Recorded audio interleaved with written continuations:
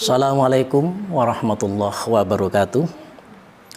Anak-anakku semua, kelas 7 MTS Nahdlatul Muslimin yang saya cintai dan saya banggakan. Kita ketemu lagi setelah kita menjalankan UHB semester genap. Kali ini kita aktif lagi dalam PJJ.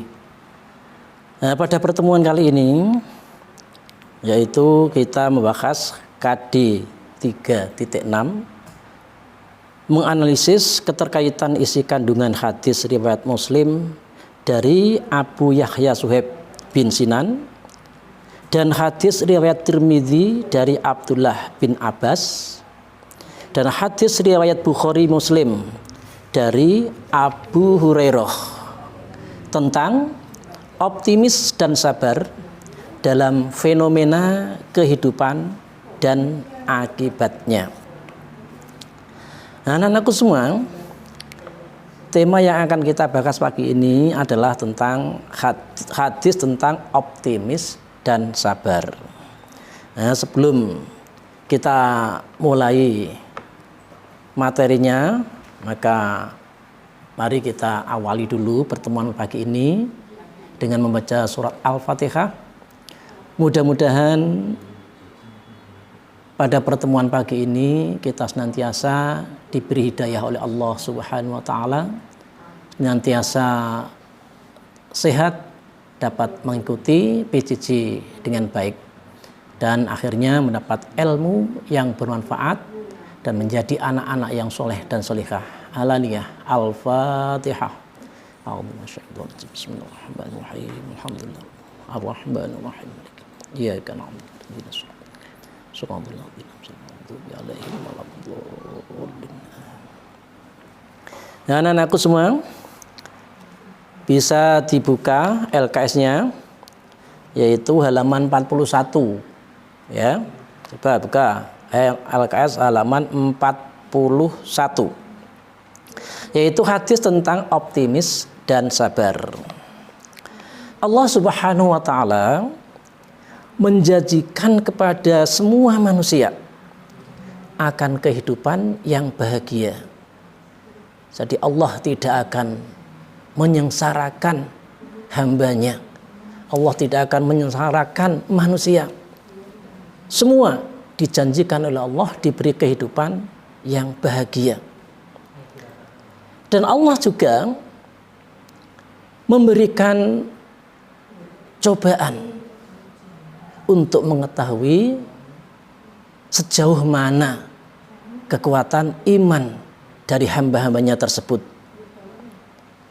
Ujian atau cobaan tersebut yang diberikan oleh Allah kepada manusia ada yang berupa kesusahan, ada yang berupa kekhawatiran, ketakutan, kekurangan makan, dan lain sebagainya.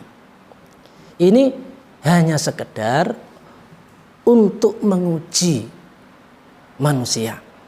Ya, bukan Allah tidak senang kepada hambanya, kepada manusia, tidak. Tapi Allah hanya untuk menguji sejauh mana kekuatan manusia, iman manusia tersebut. Ini kalau tidak ada ujian sama sekali, ini berarti ya, tidak bisa diketahui sejauh mana kualitas iman kita. Maka dalam hal ini kita menjalani ujian yang diberikan oleh Allah harus kita hadapi dengan optimis dan sabar. Nah, sebagaimana Rasulullah SAW telah bersabda dalam hadisnya, yaitu yang diriwayatkan oleh Imam Muslim. An Abi Yahya Suhaib bin Sinan qala Rasulullah sallallahu alaihi wasallam, ajabal amril mu'min inna amruhu kulluhu lahu khair walaysa dzalika li ahadin illa lil mu'minin in asobathu sarra'u syakara fakana khairul lah wa in asobathu dharra sabara fakana khairul lah. Rawahu Muslim. Artinya dari Abu Yahya Suhaib bin Sinan radhiyallahu an berkata, Rasulullah sallallahu alaihi wasallam bersabda, alangkah mengagumkan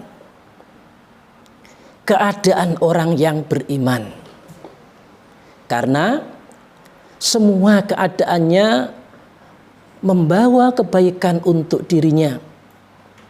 Dan ini hanya ada pada orang mukmin. Jika dia mendapatkan kesenangan, dia akan bersyukur. Maka itu adalah kebaikan baginya. Dan jika dia ditimpa kesusahan, dia akan bersabar. Maka itu adalah kebaikan baginya. Hadis riwayat Muslim. Nah, dari hadis tersebut, ya, ini mengajarkan kepada kita semua, ya, yaitu agar kita dalam menghadapi cobaan, dalam menghadapi ujian yang diberikan oleh Allah Subhanahu wa taala ini harus tetap optimis dan tetap bersabar. Memang tidak semua manusia ini selalu mendapatkan kesenangan. Pasti suatu saat atau suatu ketika orang tersebut akan menemui kesulitan-kesulitan, akan menemui kesusahan-kesusahan. Dan ini jelas bentuk dari bagian ujian yang Allah berikan kepada kita. Nah, pesan Nabi, kita tetap harus optimis dan sabar. Sebab yang diberikan oleh Allah kepada orang mukmin atau orang yang beriman, ini kalau kita ambil hikmahnya, semua itu menjadi baik. Baik itu kita diberikan kesenangan, kita diberikan kebahagiaan, akan menjadi baik bagi orang mukmin. Kita diberi ujian, kita diberi cobaan oleh Allah, juga akan menjadi baik bagi orang mukmin. Asal ketika kita mendapat kenikmatan, ketika kita sedang bahagia, kita bisa syukur atas kenikmatan tersebut, kita bisa mensyukuri kebahagiaan tersebut. Ini baik bagi orang mukmin. Dan ketika kita mendapatkan musibah, kita mendapatkan ujian dari Allah, kita bisa bersabar. Dan ini juga baik bagi orang mukmin. Nah, kalau selain orang mukmin, ini belum tentu mendapat kesenangan, mendapat kenikmatan, mendapat kebahagiaan, lantas mau bersyukur.